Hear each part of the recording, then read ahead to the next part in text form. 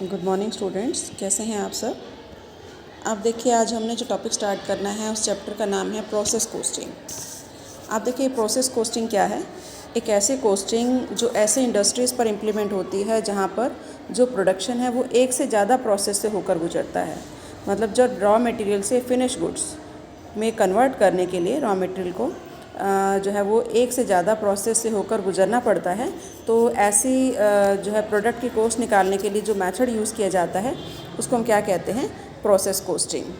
तो देखिए, process costing का मीनिंग जो आपकी बुक में गिवन है, process costing is the method of costing applied to industries where the material has to pass through 2 or more processes for being converted into a finish product, है ना। तो इस तरह की जो कोस्टिंग है, each process is treated as cost centre, कि हर जो प्रोसेस है उसको हम कोस्ट सेंटर के नाम से जानते हैं, उसको कोस्ट सेंटर भी कहा जाता है। और हर प्रोसेस की जो कॉस्ट है वो निकाली जाती है, पर यूनिट कॉस्ट भी निकाली जाती है। और ये देखिए, ये फार्मूला यूज़ किया जाता है, cost per unit of each process is equal to cost of output in the process, कि जो आउटपुट की कॉस्ट है वो divided by total number of units in the process, कि कितनी यूनिट्स हैं जो कि मैन्युफैक्चर हो रही हैं।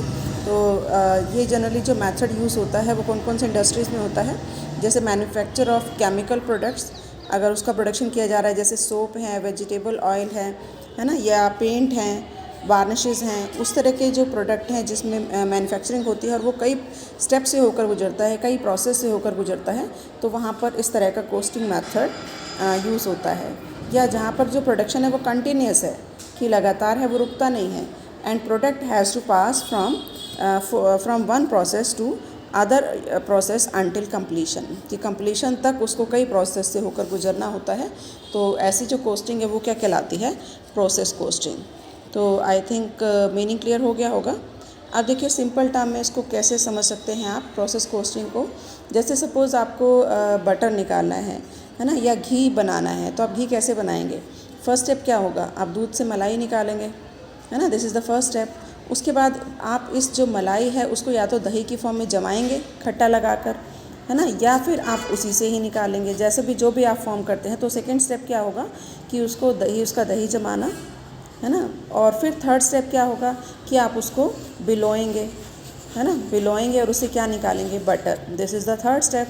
और फोर्थ स्टेप में क्या होगा, उस बटर से फिर आप क्या बनाएंगे, घी बनाएंगे। तो ये भी क्या है, प्रोसेस है, कि आपने फर्स्ट स्टेप, आपका जो फिनिश प्रोडक्ट है वो क्या है, घी। आपका रॉ मटेरियल क्या है, दूध, या दूध की जो मलाई है, जो क्रीम है, वो आपका रॉ मटेरियल है। तो उसी तरह से जो कंपनी है, कंपनी में भी कई बार जो प्रोडक्शन होता है, तो प्रोडक्ट को मैन्युफैक्चर करने के लिए रॉ मटेरियल से जब फिनिश गुड्स में कन्वर्ट करना होता है तो कई स्टेजेस से होकर उनको गुजरना होता है। तो इसी को हम क्या कहते हैं, प्रोसेस। और इसकी जब कोस्टिंग निकाली जाती है तो उसको क्या कहा जाता है, प्रोसेस कोस्टिंग। अब देखिए इसकी विशेषताएं। सबसे पहला, इसमें जो प्रोडक्शन है उसकी प्रोसेस कैसी होती है, कंटिन्यूस, कि इट नेवर एंड्स। प्रोडक्ट हमेशा, जो फिनिश प्रोडक्ट है उसका एक सीक्वेंस होता है, तो वो उस सीक्वेंस से, उस प्रोसेस से होकर गुजरता है, लेकिन प्रोडक्शन लगातार चलता जाता है। और प्रोडक्ट कैसा होता है, होमोजीनियस, है ना, कि इसमें जो यूनिट प्रोड्यूस की जाती हैं वो आइडेंटिकल होती हैं और स्टैंडर्डाइज्ड होती हैं, है ना। हमें ये पता है कि जो प्रोसेस ए है, ए से बी में जाएगा, बी से सी में जाएगा, उसके बाद वो फिनिश गुड्स में कन्वर्ट हो जाएगा। And sequence of operation for processing is specific, कि स्पेसिफिक होता है कि ऐसा होगा, इसके बाद ऐसा होगा, मतलब ऐसा नहीं है कि वो कुछ चेंज हो जाएगा, है ना। और इसी तरह से finish product of one process work as raw material, जैसे प्रोसेस ए का जो फिनिश प्रोडक्ट है वो प्रोसेस बी के लिए क्या हो जाएगा, रॉ मटेरियल।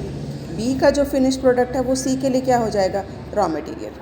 और प्रोडक्शन वर्क को कंप्लीट करने के लिए जो सीक्वेंस है वो क्लियरली डिफाइंड होता है, पता होता है पहले से ही कि यही सीक्वेंस आपको फॉलो करना है।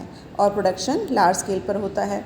Cost per unit of production is average cost, कि जो भी मैन्युफैक्चरिंग की कॉस्ट है वो एवरेज कॉस्ट होती है, जिसको कैसे निकाला जाता है, total cost divided by total units of production, है ना। और हर प्रोसेस में एक सर्टेन क्वांटिटी होती है जिसमें लॉस भी हो सकता है। प्रोडक्शन सर्टेन क्वांटिटी का होगा, लेकिन एक नॉर्मल लॉस भी होता है। जैसे आप कुछ भी बना रहे हैं, है ना, तो उसमें कुछ परसेंटेज नॉर्मल वेस्टेज की भी हो सकती है। अब नॉर्मल वेस्टेज जो है वो लॉस ऑफ वेट की वजह से हो सकता है, वेपोराइजेशन की वजह से हो सकता है, केमिकल रिएक्शन की वजह से हो सकता है ना। तो जो ये लॉस है, अगर वो नॉर्मल लॉस है तो this should be borne by the good units, कि जितनी यूनिट्स आपने मैन्युफैक्चर की वो इसकी कॉस्ट को बियर करेंगी, है ना। और it's also possible to obtain joint product, कि जॉइंट प्रोडक्ट भी हो सकता है और बाय प्रोडक्ट भी हो सकता है। जैसे भी एग्जांपल दिया था ना कि आप बटर निकाल रहे हैं या घी बना रहे हैं, तो वो जो बटर मिल्क बचता है, अगर आपको ध्यान हो कि जब दही से या मलाई से जब आप मक्खन निकाल रहे हैं तो वो जो दूध बचा हुआ होता है उसको आप लस्सी भी कह सकते हैं। अगर आपने दही से निकाला है तो वो जो लस्सी है वो क्या है, बाय प्रोडक्ट, है ना। कि आपका जो बचा हुआ प्रोडक्ट है जिसकी कुछ सेल्सेबल वैल्यू है या जिसका कुछ यूटिलाइजेशन है तो उसको हम क्या कहते हैं, बाय प्रोडक्ट। और इसी तरह से जॉइंट प्रोडक्ट भी हो सकता है जो सिमिलर वैल्यू का हो, कि आपने एक प्रोडक्ट बनाया उसके साथ दूसरा प्रोडक्ट अपने आप बन गया, उसको हम क्या कहते हैं, जॉइंट प्रोडक्ट, है ना। और एबनॉर्मल लॉस के चांसेस भी इसके अंदर होते हैं कि कुछ लॉस जो है वो लापरवाही की वजह से भी हो जाता है, या नॉर्मल लॉस से जो ज़्यादा लॉस होता है उसको हम क्या कहते हैं, एबनॉर्मल लॉस। इसी तरह से इंटर प्रोसेस प्रॉफिट को भी ध्यान में रखा जाता है कि कई बार हम जब प्रोसेस ए से प्रोसेस बी में ट्रांसफ़र करते हैं तो कई बार हम उसमें प्रॉफिट ऐड कर देते हैं, है ना। और ऐसे ही बी से सी में जब डालते हैं तो उसमें भी प्रॉफिट ऐड कर देते हैं, तो इस प्रॉफिट को हम क्या कहते हैं, इंटर प्रोसेस प्रॉफिट। और इसी तरह से जो इक्विवेलेंट प्रोडक्शन, कि जब जितना आपने प्रोडक्शन कर लिया प्रोसेस ए में जितना प्रोडक्शन हो गया उसको हम ये देखते हैं कि अगर फिनिश गुड्स में कन्वर्ट करें या मेज़र करें तो उसके कितने मतलब यूनिट्स के इक्विवेलेंट है ना। तो वो भी प्रेवलेंट में है, उसको भी कई बार कंसिडर किया जाता है, हालांकि ये आपके सिलेबस में नहीं है ना। आप देखिए नेक्स्ट टॉपिक भी इम्पॉर्टेंट है कि ऐसी कौन कौन सी इंडस्ट्रीज़ हैं जहाँ पर जो प्रोसेस कॉस्टिंग का यूज़ किया जाता है। सबसे पहला है मैन्युफैक्चरिंग इंडस्ट्री, जैसे आयरन एंड स्टील है, सीमेंट, पेपर, रबर, है ना, सिरेमिक, ऑटोमोबाइल सेक्टर जो है, ऑटोमोबाइल प्लांट हैं, आइस, पेंट इंडस्ट्री यहाँ यूज़ किया जाता है। केमिकल इंडस्ट्री में केमिकल्स में परफ्यूम, सोप, ऑयल, मेडिसिन इसमें यूज़ किया जाता है। माइनिंग में mineral, oil, coil, sulphur, gold, iron, zinc, gas. And public utility जो वर्क हैं, इलेक्ट्रिसिटी जनरेशन में यूज़ होता है, डिस्ट्रीब्यूशन में, वाटर सप्लाई या गैस सप्लाई उसमें यूज़ होता है ना। तो आई थिंक इसका मीनिंग क्लियर हो गया होगा कि ऐसा कोई भी प्रोडक्ट है जिसका प्रोडक्शन करने के लिए रॉ मटेरियल से फिनिश गुड्स में कन्वर्ट करने के लिए अगर कई स्टेजेस से होकर गुजरना पड़ता है, कई स्टेप से होकर गुजरना पड़ता है, तो उसके लिए जो कॉस्टिंग की जाती है उसको हम क्या कहते हैं, प्रोसेस कॉस्टिंग। अब देखिए नेक्स्ट टॉपिक आता है कि जॉब कॉस्टिंग और प्रोसेस कॉस्टिंग में क्या डिफरेंस है। तो पहले मैं आपको जॉब कॉस्टिंग के बारे में बता दूं कुछ, कि जॉब कॉस्टिंग में क्या होता है कि एक ही स्टेज होती है कि जो भी काम आपने करना है, ऐसा नहीं है कि बहुत सारे स्टेप्स होते हैं और स्पेशल ऑर्डर पर ही काम किया जाता है, मतलब प्रोडक्शन जो है वो कंटिन्यूस नहीं होता, है ना। जैसे आपने सपोज़ अपना टेलर से सूट स्टिच कराना है, हो सकता है 2 हो या 3 हो आपके साइज़ के, तो आप क्या करते हैं, टेलर के पास जाते हैं और उसको वो आप काम देते हैं। तो इसके लिए जो वो कॉस्टिंग तैयार करेगा उसको हम क्या कहेंगे, जॉब कॉस्टिंग, है ना। तो देखो दोनों में डिफरेंस क्या है। जॉब कॉस्टिंग में यूनिट क्या होती है, 1, एंड स्पेसिफिक ऑर्डर होता है according to the requirement of customer के अकॉर्डिंग ये तैयार किया जाता है। और प्रोसेस कॉस्टिंग में क्या होता है, डिवाइडेड इनटू सेवरल यूनिट्स और we can say several process, और सारी ये प्रोसेस होती हैं या उसमें अंदर सारी जो यूनिट्स होती हैं वो यूनिफॉर्म होती हैं, प्रोडक्शन कंटिन्यूस होता है। जॉब कॉस्टिंग में एक ही जॉब अपने आप से रिलेटेड होती है, दूसरे से रिलेटेड नहीं होती, है ना, क्योंकि हर कस्टमर की अपनी चॉइस है। तो वो जो कस्टमर है वो अपने अकॉर्डिंग बताएगा कि ये काम ऐसे करना है, उसको जो भी करने वाला है वो पर्सन उसको उसके अकॉर्डिंग ही करेगा। बट प्रोसेस कॉस्टिंग में जो सक्सीडिंग प्रोसेस है, जैसे बताया प्रोसेस 1, प्रोसेस 2, प्रोसेस 3, तो process 3 is depend on process 2, process 2 is depend on process 1, है ना। तो इसलिए ये एक दूसरे पर डिपेंड करती हैं, लेकिन जॉब कॉस्टिंग में ऐसा नहीं है कि वो डिपेंड करती हों। Cost of job can be ascertain only on the completion of the job, कि जब जॉब कंप्लीट हो जाएगी, जैसे आपने घर पे प्लम्बर को बुलाया, प्लम्बर से आपने काम कराना है ना, तो वो भी एक जॉब है, तो इसकी कॉस्ट तब निकाली जा सकती है जब वो काम हो जाए, लेकिन प्रोसेस की कॉस्ट एक प्रोसेस के कंप्लीट होने के बाद निकाली जा सकती है, हर प्रोसेस की कॉस्ट अलग निकाली जाती है। कॉस्ट जॉब की ट्रांसफ़र नहीं की जा सकती, बट प्रोसेस की कॉस्ट को हम नेक्स्ट प्रोसेस में ट्रांसफ़र करते हैं। देयर मे और may not be work in progress, की कॉस्ट इसमें जॉब कॉस्टिंग में वर्क इन प्रोग्रेस नहीं होता, है ना, काम जल्दी कंप्लीट हो जाता है, बट प्रोसेस कॉस्टिंग में वर्क इन प्रोग्रेस हो सकता है। एंड कॉस्ट कंट्रोल करना जॉब कॉस्टिंग में डिफ़िकल्ट है, क्योंकि थोड़े टाइम का होता है, थोड़ा ही काम होता है, स्पेसिफिक होता है, बट प्रोसेस कॉस्टिंग में कॉस्ट कंट्रोल ईजी है। आप देखिए इसके क्या प्रिंसिपल्स हैं प्रोसेस कॉस्टिंग के। सबसे पहला मटेरियल वेजेस एंड ओवरहेड, जो भी इसके अंदर लिए जाते हैं वो कलेक्टिवली लिए जाते हैं, है ना, और हर प्रोसेस को रिकॉर्ड किया जाता है ताकि उनका जो आउटपुट है, वेस्ट है, ये जो स्क्रैप है, उसकी वो कैलकुलेशन इजीली कर सकें।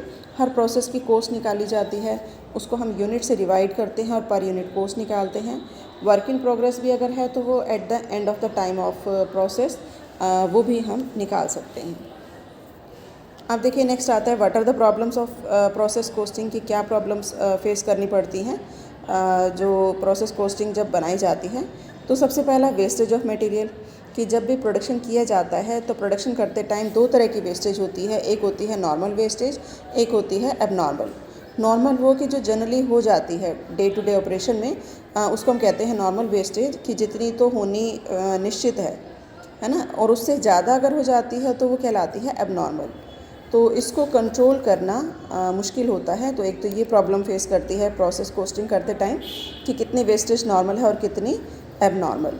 और सेकेंड, जब भी प्रोसेस कॉस्टिंग की जाती है तो मैन्युफैक्चरिंग करते टाइम कई बार बाय प्रोडक्ट और जॉइंट प्रोडक्ट भी आ जाते हैं, तो उसके अकॉर्डिंग हमें जो है वो कॉस्ट का एलोकेशन करना होता है ना। जैसे अभी बताया कि अगर सपोज़ आप कोई फर्नीचर बना रहे हैं, आपने बेड बनाया और बेड बनाने के बाद तो लकड़ी का छोटा सा टुकड़ा बच गया, है ना, उससे आपने क्या बना दिया, स्टूल बना दिया, या वो अपने आप से बन गया, तो वो क्या है, बाय प्रोडक्ट, है ना। और जैसे सपोज़ आपने दो प्रोडक्ट एक साथ बनाए एक जैसे बेड भी बनाया, सोफ़ा भी बनाया उसी वुड से, तो वो क्या है, जॉइंट प्रोडक्ट। तो उनकी कॉस्ट निकालना में कुछ प्रॉब्लम फेस कर सकते हैं कि उनकी कॉस्ट कैसे निकाली जाए। और ऐसे ही मार्जिन ऑफ प्रॉफिट, कि जैसे हम कहते हैं कि इंटर प्रोसेस प्रॉफिट भी प्रोसेस कॉस्टिंग में इन्वॉल्व होते हैं, कि जब एक प्रोसेस से हम दूसरी प्रोसेस में कुछ जो है वो कॉस्ट ट्रांसफ़र करते हैं तो उसमें हम कुछ प्रॉफिट भी ऐड कर देते हैं, है ना। तो कितना मार्जिन हम उसमें ऐड करें, और जो भी प्रॉफिट का मार्जिन ऐड करेंगे वो प्रॉफिट कैसा होगा, अनरियलाइज्ड, मतलब इमेजिनरी फिगर होगी, क्योंकि अभी तक आपने सेल नहीं किया, लेकिन आपने जो है वो उस प्रॉफिट को उसके अंदर इंक्लूड कर दिया, है ना। तो इसको हम आगे हम डिटेल में पढ़ेंगे। आप देखिए जो प्रोसेस कॉस्ट अकाउंट है वो कैसे बनाए जाते हैं। इसका टी परफॉर्मा होता है, एक डेबिट साइड होती है लेफ्ट हैंड साइड में, और राइट हैंड साइड में क्रेडिट साइड होती है। तो जैसा कि हमारा रूल है कि डेबिट साइड पर सारे क्या आते हैं, एक्सपेंडिचर आते हैं, क्रेडिट साइड पर सारी इनकम आती है। तो सिमिलरली यहाँ पर भी है। आप देखिए डेबिट में कौन कौन सी आइटम आती हैं प्रोसेस कॉस्टिंग में। सबसे पहला मटेरियल, कि जो मटेरियल प्रोडक्शन में as a raw material purchase किया गया है वो डेबिट साइड में आएगा, या लास्ट प्रोसेस से जो मटेरियल है वो डेबिट साइड में आ सकता है। तो इट मीन्स जो मटेरियल आया वो डेबिट साइड में, जो गया वो क्रेडिट साइड में, आप इसको शो कर सकते हैं। इसी तरह से जो लेबर है, लेबर भी एक एक्सपेंडिचर है, चाहे डायरेक्ट लेबर हो या इनडायरेक्ट लेबर हो, है ना। जो भी अमाउंट कंपनी ने पे किया है प्रोडक्शन के लिए वो भी कहाँ आएगा, डेबिट साइड में। इसी तरह से direct expenditure and indirect expenditure, जिसका रिलेशन किसी भी तरीके से प्रोसेस के साथ है या प्रोडक्शन के साथ है, इसी प्रोसेस के साथ है, उसको हम कहाँ शो करते हैं, डेबिट साइड में, है ना। और अगर कोई एबनॉर्मल गेन हो गया है, मतलब अगर आपका कोई एबनॉर्मल लॉस है तो वो कहाँ आएगा, एबनॉर्मल जो अगर लॉस है तो उसको हम शो करेंगे क्रेडिट साइड में, है ना। और अगर एबनॉर्मल गेन है तो वो कहाँ आएगा, डेबिट साइड में। तो ये एबनॉर्मल गेन क्या होता है कि आपने सोचा था कि आपने 1000 यूनिट्स रॉ मटेरियल की डाली, प्रोडक्शन होना चाहिए 900 यूनिट्स का, मतलब 100 यूनिट्स आप मानकर चल रहे हैं कि नॉर्मल वेस्टेज होगी ही होगी। मतलब आपका प्रोडक्शन कितना होगा, 900, 1000 माइनस 100, लेकिन आपका प्रोडक्शन हो जाता है 950 यूनिट्स का। तो ये जो 50 यूनिट्स हैं ये आपका क्या कहलाएगा, एबनॉर्मल गेन। देखिए if in any process the actual production is more than the normal production, कि जब एक्चुअल नॉर्मल से ज़्यादा हो जाता है तो जो एक्सेसिव प्रोडक्शन है नॉर्मल प्रोडक्शन के ऊपर वाला, तो उसको हम क्या कहते हैं, एबनॉर्मल गेन। तो वो भी आपका डेबिट साइड में आ सकता है। और अगर किसी भी चीज़ का ओपनिंग बैलेंस आपके पास बचा हुआ है तो वो भी डेबिट साइड में आएगा। आप देखिए क्रेडिट साइड की आइटम्स कौन सी हैं। एक तो लॉस, चाहे नॉर्मल हो या एबनॉर्मल हो, वो इसके अंदर आएगा। अगर कोई बाय प्रोडक्ट है जो कि मैन्युफैक्चर हो गया है ड्यूरिंग प्रोसेस ऑफ प्रोडक्शन, है ना, तो वो भी यहाँ पर आएगा। उसको अगर सेल किया है तो उसकी क्रेडिट वैल्यू आ सकती है। और फिनिश प्रोडक्ट जितनी यूनिट्स अब मैन्युफैक्चर हुई हैं, और we can say the closing balance, वो भी कहाँ आएगा, क्रेडिट साइड पर। ठीक है। आप देखिए इसके न्यूमेरिकल देखेंगे तो आपको ज़्यादा क्लियर होगा। इलस्ट्रेशन 1 देखो, a product passes through 3 processes, process A, B and C to completion. The production of commodity was 1000 ton, कि आपकी जो कमोडिटी का प्रोडक्शन है 1000 टन है और ये कॉस्ट दी हुई है। तो सिंपल देखो आपने क्या करना है, प्रोसेस A का परफॉर्मा बनाना है, B का बनाना है टी परफॉर्मा और C का बनाना है। और डेबिट साइड में आपको जो कॉस्ट दी हुई है मटेरियल की, देखो प्रोसेस A में 3000, 1500 और 1500 मटेरियल, लेबर एंड एक्सपेंडिचर, ये आप डालेंगे कहाँ, डेबिट साइड में। और टोटल प्रोडक्शन देखिए, टोटल प्रोडक्शन आपका है 1000 टन्स, है ना। तो 1000 टन्स आप टोटल प्रोडक्शन से इसको डिवाइड करेंगे 3000 को, तो आपके पास मटेरियल की पर यूनिट कॉस्ट आ गई 3, लेबर की आ गई 1.50, मैन्युफैक्चरिंग एक्सपेंडिचर की आ गई 1.50। अब इसका जो टोटल है 6000, ये अगली प्रोसेस में ट्रांसफ़र हो जाएगा प्रोसेस बी में। ठीक है। अब देखिए प्रोसेस बी में सबसे पहला यही आएगा जो प्रोसेस ए से ट्रांसफ़र हुआ to process A, 6000, cost per ton कितना हो गया 6। ठीक है। अब इसके अंदर जो ऊपर आपको मटेरियल, लेबर एंड ओवरहेड जो दिया हुआ है प्रोसेस बी का क्वेश्चन के अंदर 1500, 3000 एंड 4500, ये आप एज इट इज़ ले लेंगे। इसको ऐड करेंगे 6000 में तो टोटल आ गया 15000, इसको आप प्रोसेस सी में ट्रांसफ़र कर देंगे। सिमिलरली यहाँ भी प्रोसेस बी से सी में आया तो सी में सबसे पहली एंट्री यही होगी, ट्रांसफ़र फ्रॉम प्रोसेस बी 15000। बाकी ये material, labour and manufacturing expenditure देखो आपको क्वेश्चन में दिया हुआ है सी का 1500, 5250 एंड 5250, ये आप इसमें शो करेंगे। तो